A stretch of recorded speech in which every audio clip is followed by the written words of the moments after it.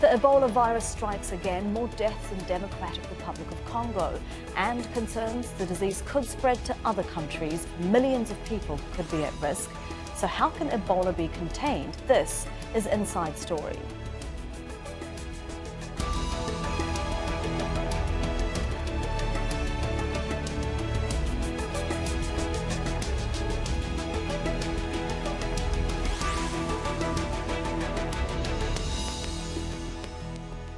Hello and welcome to the programme. I'm Elizabeth Puranam. It is the 9th Ebola outbreak in Democratic Republic of Congo in 4 decades. Dozens of people have died in the past 2 weeks. An experimental vaccine campaign began on Monday in a bid to contain the virus, but it's already spread to Mbandaka city, a major transport hub on the River Congo, and there are fears it could reach the capital Kinshasa before crossing the border. 9 countries have been put on alert. Victoria Gatenby reports. Medical staff from the charity Doctors Without Borders are taking no chances. They're caring for a patient suffering from the Ebola virus, so full protective suits are mandatory. In another area of the hospital, medics are checking people for signs of Ebola as they arrive for work to help battle the latest outbreak. There's no known cure for Ebola, which causes organ failure. Sufferers often bleed to death. On doit toujours se protéger. Par exemple, comme vous voyez derrière moi. We have to keep protecting ourselves. Every person coming in and out has to wash their hands as a measure of protection. Every person who goes into the treatment center must have protective clothing. And also, as we know, vaccinations are essential in protecting ourselves. The latest outbreak was first reported 2 weeks ago in the northwestern town of Bikoro. It's since spread 150 kilometers to the regional capital, Mbandaka, home to more than 1 million Congolese. The city is a major transport hub on the Congo River, and there are concerns the virus could spread quickly. If we do not handle communication well, the vaccination program may suffer. So we are also, in the next 2 weeks or so, assessing how to deploy anthropologists. The World Health Organization is using an experimental vaccine to try to contain the disease, as well as a publicity campaign encouraging everyone to wash their hands and limit physical contact. We have to wave and not touch people. For saying hello, we should not shake hands and we should not stand close to people. We also have to wash our hands before we enter the classroom and before eating. The last Ebola outbreak 4 years ago killed at least 11,000 people in several countries in West Africa. This time, doctors in the DRC are better prepared to contain the virus. Victoria Gatenby, Al Jazeera.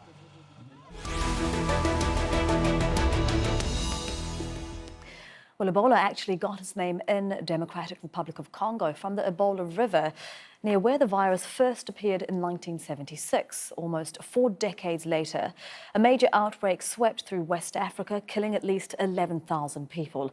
It began in Guinea when a 2-year-old boy and members of his family died of acute viral infections and fever. The virus spread to Liberia and Sierra Leone. It's believed funeral burial practices helped fuel the outbreak. At one hospital, hundreds of patients and health workers died. When Ebola reached the Nigerian capital, Lagos, home to 21 million people, the World Health Organization declared an international emergency. It was almost 2 years before Liberia, Guinea and Sierra Leone were all given the all clear in 2016. But new outbreaks have been reported recently. Well, let's talk to our guests now. Joining us in Newcastle is Sterghio Moschos, a molecular biologist and a geneticist at Northumbria University. And via Skype from Trondheim in Norway, Hakon Bolkan, a researcher at the Norwegian University of Science and Technology. Welcome to the programme. Mr. Moschos, why is Ebola back, and this time in Democratic Republic of Congo? Hi, good afternoon. Ebola never went away, to be perfectly honest with you. It was originally discovered in this region back in the 70s. It lives naturally in the wild animals found in the jungles of Africa. And ever so often, we see the virus jumping from the animals into the human population. And it's something that has happened in the past, and it's very likely to continue happening in the future. Mr. Bolkan, who is most at risk now of getting the virus? most at risk at getting the virus in the particular outbreak in Congo now is those people who live in the surroundings of other people who are being infected. And this is family members, neighbors, those who share the same household as people who have already been infected.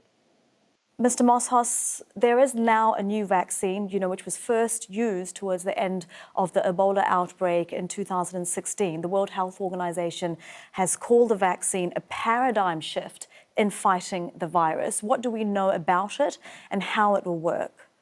So this vaccine was developed years in advance. However, it was tested for the first time in West Africa. The big advantage about it is that it is a single dose. You don't need to get the people who are vaccinated once to come back and get a second dose like we see with many other vaccines.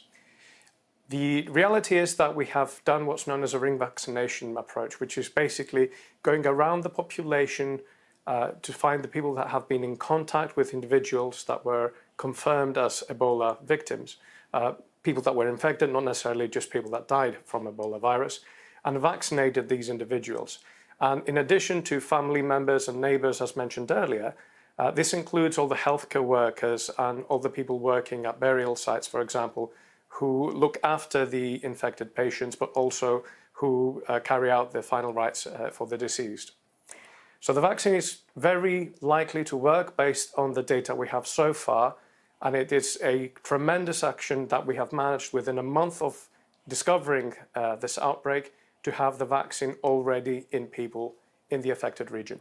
And Mr. Bolkan, how difficult has it been and will it be to get this vaccine, to some of the most remote parts of the DRC, all the while keeping it in temperatures, I think, between under 60, minus 60 and minus 80 degrees?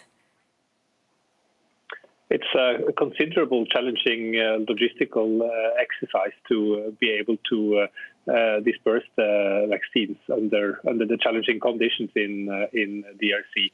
That's one thing, and the other thing is that this vaccine campaign is still a research trial, meaning that it's only voluntary to receive the vaccine, and they need to obtain the consent from everyone they want to vaccine.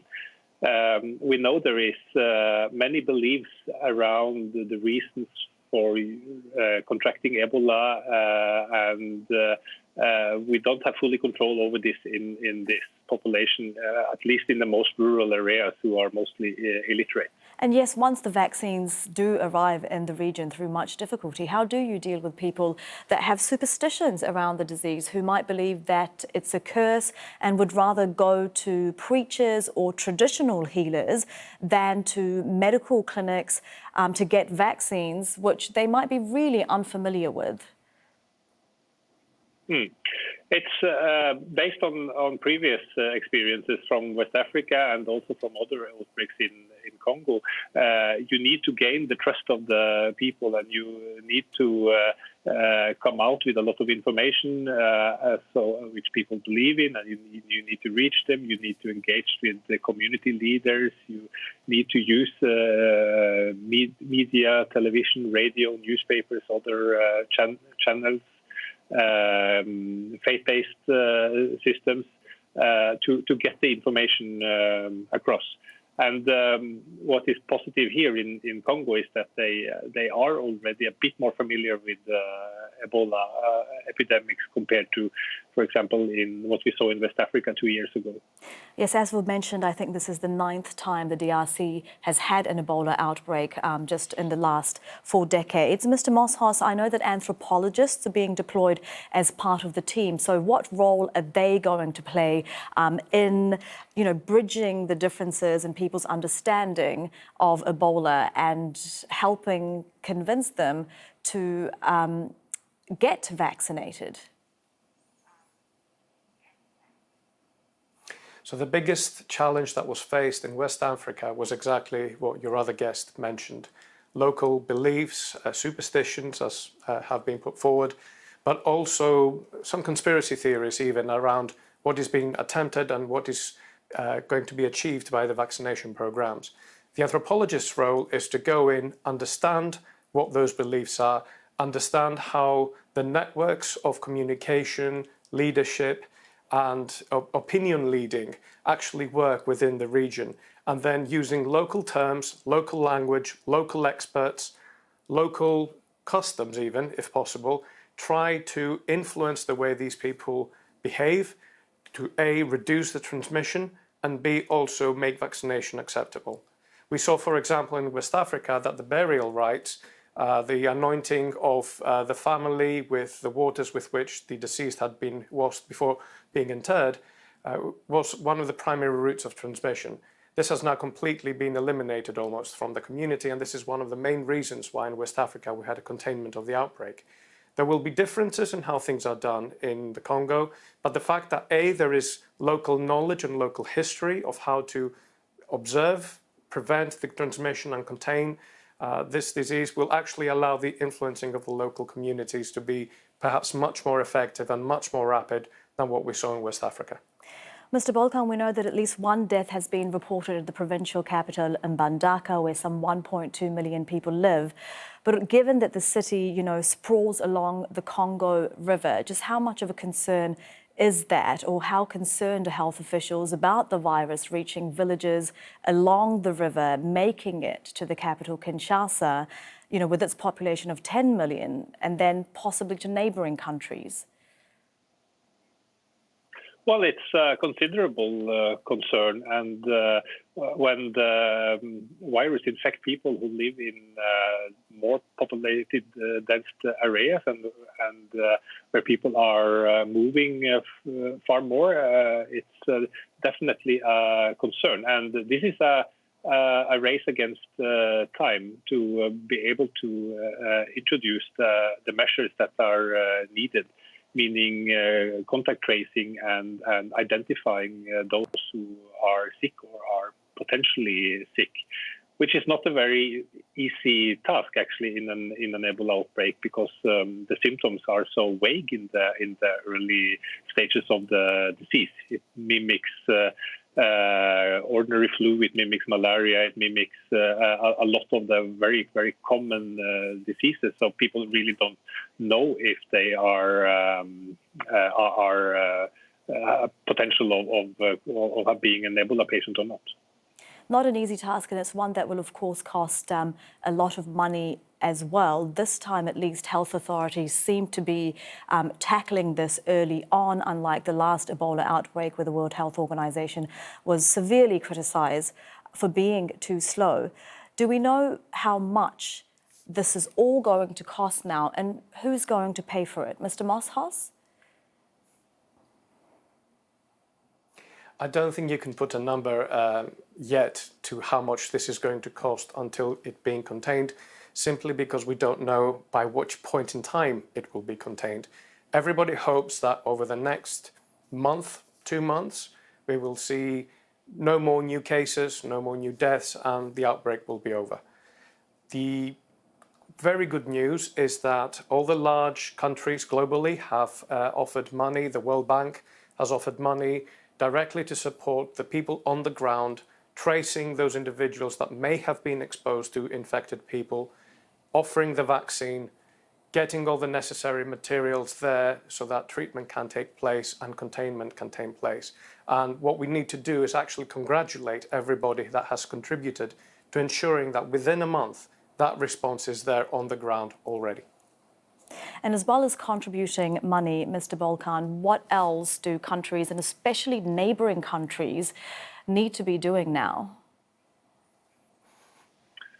Well, it's first of all to follow up on the financial aspects. It's what we saw during the West African outbreak is that it's wise and is a good investment to spend a lot of money in the early stages, because if the larger the outbreak grows, the more expensive it is to contain it, and the funds that are asked for now, it's a considerable amount of money. However, it's just less than 1% of the total cost of the West African outbreak. Mr. Bolkan, can I ask how much money is being asked for now? Because I know it was something like around 3.6 billion that it cost to contain the last West African outbreak. Yes, I've heard that there's been a call for around between 50 and 60 US million dollars. However, that's money I've heard latest days in the news, which is just a fraction, as you mentioned, of the total cost of the West African outbreak. And Mr. Moschos, the US government has announced that it's going to. We need to point out at this point. Yes, please go on. Yes, sorry to interrupt you, but we need to point out at this point in time, we're only a month into this outbreak. The West African Ebola outbreak lasted 2 years. So let's compare apples to apples. The amount of money that's being put in at this point in time is appropriate and in the right level to ensure that we do not have a repetition of West Africa. Well, you know, the US government has announced that it's going to donate $8 million to fighting this latest outbreak.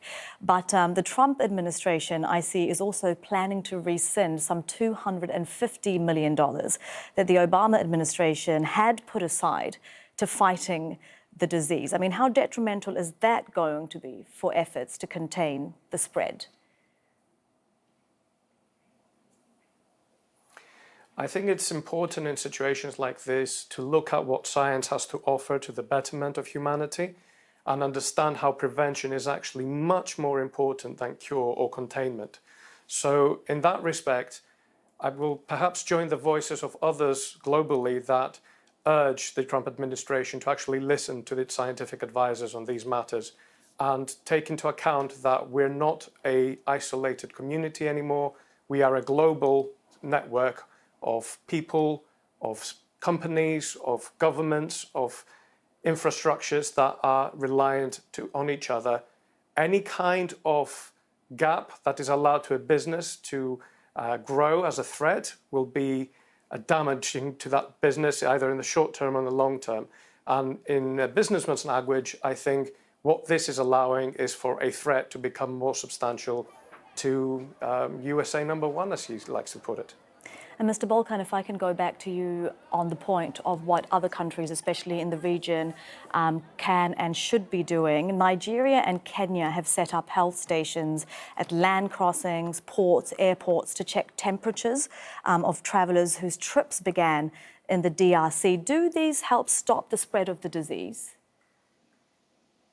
I think it definitely contributes to the containment of the spread of the disease, and we saw in West Africa also that it reduced travel quite a bit, domestic and well, at least domestic, and so that's important measures, yes.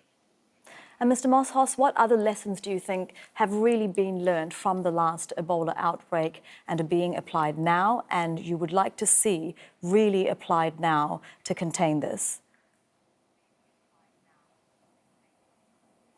I think there's a lot to be said about working with the local communities, engaging with the local people, and actually conveying the information in a manner that actually relates to what these people are enduring, are subjected to, and they have to go through.